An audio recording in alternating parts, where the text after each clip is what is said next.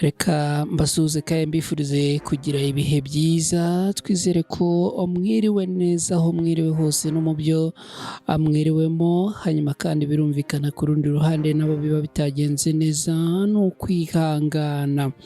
Turababwira ko polisi ya Canada yarashe mu cyico umunyarwanda hanyuma agahita yitaba Imana. Iyi nkuru turaza kuyibagezaho ku buryo burambuye, hanyuma turaza kunanyarukira mu bijyanye n'ubutabera tubabwire ko Gasigwa yasobanuye uko yasambanyije umukecuru w'imyaka 63 yose. Hanyuma rero reka dutangire muri ubu buryo tubashimira mwese mubana natwe ku Ibendera TV.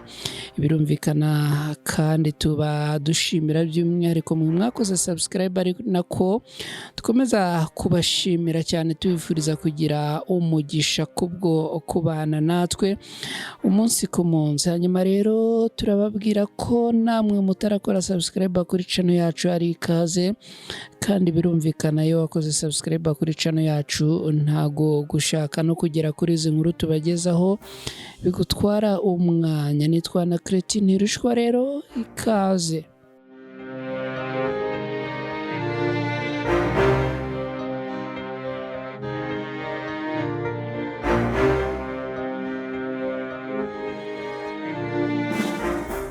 Urukiko rwisumbuye rwa Huye mu ntara y'Amajyepfo rwatangiye kuburanisha mu mizi umugabo uri mu kigero cy'imyaka 45 ukekwaho gusambanya ku ngufu umukecuru w'imyaka 63.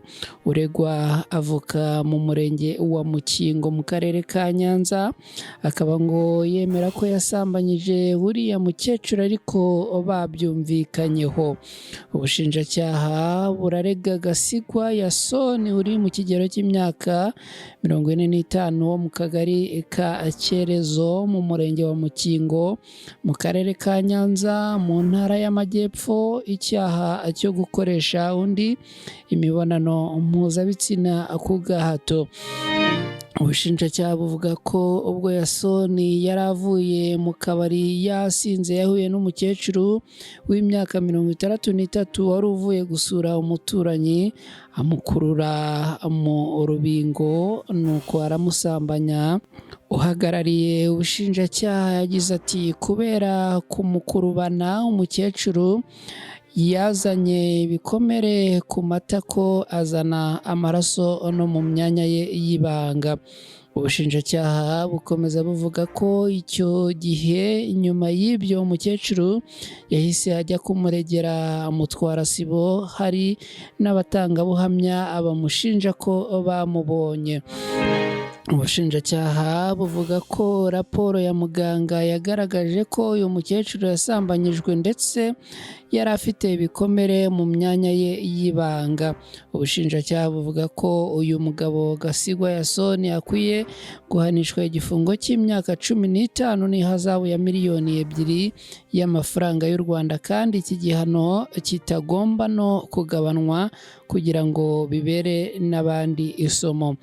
Uyu mugabo witwa Yasoni yiregura yavuze ko yemera ko yasambanyije umukecuru w'imyaka 63 ariko ko ngo bari babyumvikanyeho. Yasoni yagize ati twari dusanganwe dusangira mu kabari turasambana nk'uko byari bisanzwe. Urukiko rwabajije Yasoni ngo ko avuga ko bari babyumvikanye, akaba amushinja ko yamusambanyije ku ngufu, hari n'abandi babimushinja. Mu gusubiza yagize ati abo bandi bari kugura isambu y'uwo mukecuru, noneho kuko yari yanshyizeho ngo nzamurangire umukiriya murangira undi utari bo, kuko rero twari twasangiye mu kabari, batubonye niko kumushyiraho igitutu ajya kundega, mwumve ko yanandeze bukeye byabaye. Yerekanye inyandiko avuga ko ari iyo mukecuru basambanye, yasinyiwe imbere ya noteri irimo kwicuza k'uwo mukecuru ko yamubeshyeye. Kubwe yanashingiye kuri iyo nyandiko agasaba ko yarekurwa akava muri gereza. ubushinjacyaha buhawe ijambo ngo bugire icyo buvuga kuri iyo nyandiko bwayiteye utwatsi. Uhagarariye ubushinjacyaha agira ati uwo mukecuru kuvuga ko abeshyerana ntiyabivuze bari gukora iperereza, ntiyabivuze mu bushinjacyaha, ntiyabivuze mu rukiko, haburanwa ifungwa n'ifungurwa ry'agateganyo n'ubu ntahari byibura ngo abyivugire, bityo iyo nyandiko twe nk'ubushinjacyaha tubona nta gaciro ifite. Ubushinjacyaha kuzana iyo nyandiko kwa Yasoni byafashwe nk'aho ari igitutu cyashyizwe ku mukecuru kugira ngo yemeze ko yabeshye, ari nabyo byatumye iyo nyandiko ikorwa. Yasoni Gasigwa uregwa nawe agira ati njye nta mugore ngira, nta mwana ngira, none ni njye wagiye kumushyiraho igitutu kandi mfunzwe. Ahubwo ubushinjacyaha ntibwemere ko uriya mukecuru nyuma umutimanama wamukomanze akiyandikira ibaruwa avuga ko yambeshyeye kuko n'ubusanzwe ntacyo dupfa. Umucamanza yapfundikiye urubanza avuga ko azarusoma mu ntangiriro z'Ukuboza mu mwaka w'2024. Gasigwa Yasoni yatawe muri yombi umwaka ushize w'2023, arafungwa, aburana ifungwa n'ifungurwa ry'agateganyo, akatirwa iminsi 30 y'agateganyo, arajurira nabwo bibi by'ubusa. Ubu akaba afungiye mu igororero rya Muhanga, akaba yaburaniye mu rukiko rwisumbuye rwa Huye. Reka noneho tunyarukire ku yindi nkuru. Ni inkuru igaruka ku munyarwanda wabaga muri Canada wamaze kuraswa na polisi mu cyica akaba yitabye Imana.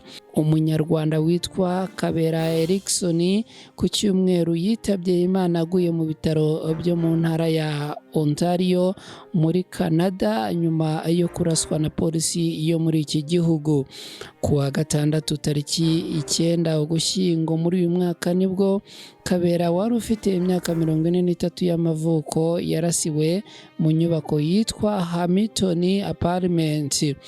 Polisi ya Canada icyo gihe yatangaje ko uyu munyarwanda yari yabanje guhangana nayo, gusa amakuru mashya aheruka gutangazwa n'urwego rushinzwe iperereza ryihariye akaba yerekana ko nyakwigendera mbere yo kuraswa atari yigeze abanza kurasa.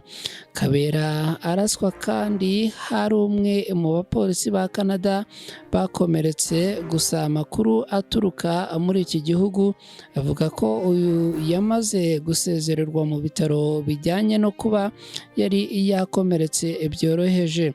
Kuri ubu umuryango w'Abanyarwanda baba muri Canada urasaba leta y'iki gihugu gukora iperereza ritabogamye ku rupfu rwa Kabera kugira ngo hamenyekane ukuri kw'iraswa rye.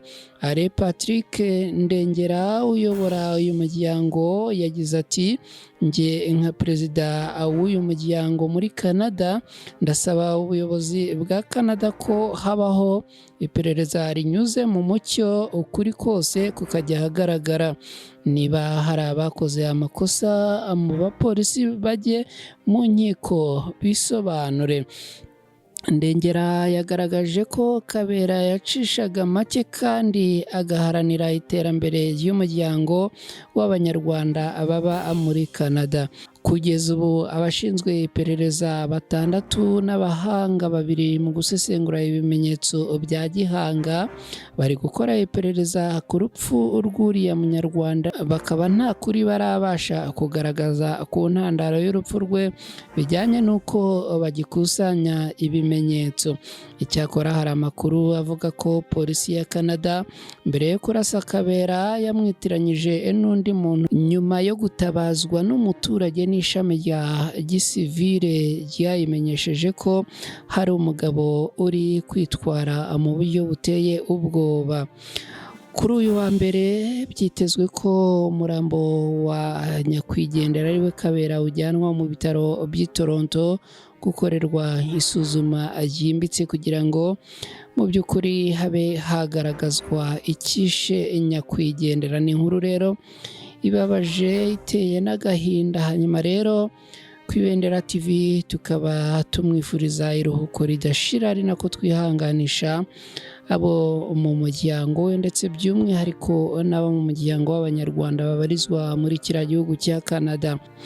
Reka munyemerere tugane ku musozo w'izi nkuru, tubashimire mwe mubana natwe, hanyuma kandi dukomeze kugenda tubakangurira cyangwa se tubibutsa gukora like, share na subscribe kuri channel yacu, hanyuma tunashimira mwe mwamaze gukora subscribe kuri channel yacu. Reka rero tugane ku musozo w'izi nkuru, twizera ko zikomeza kugenda zibanogera aho muri hose, ariko kandi nawe ntugacikanwe igitekerezo cyawe, utwandikire utubwire niba hari inkuru wumva twagukoreraho ubuvugizi, hanyuma kandi n'ikindi wifuza ko twakugerera aho utubwire. Nitwa na Cretine Irishwa rero, ndabashimiye cyane, mugira amahoro n'amahirwe, Imana yibarinde.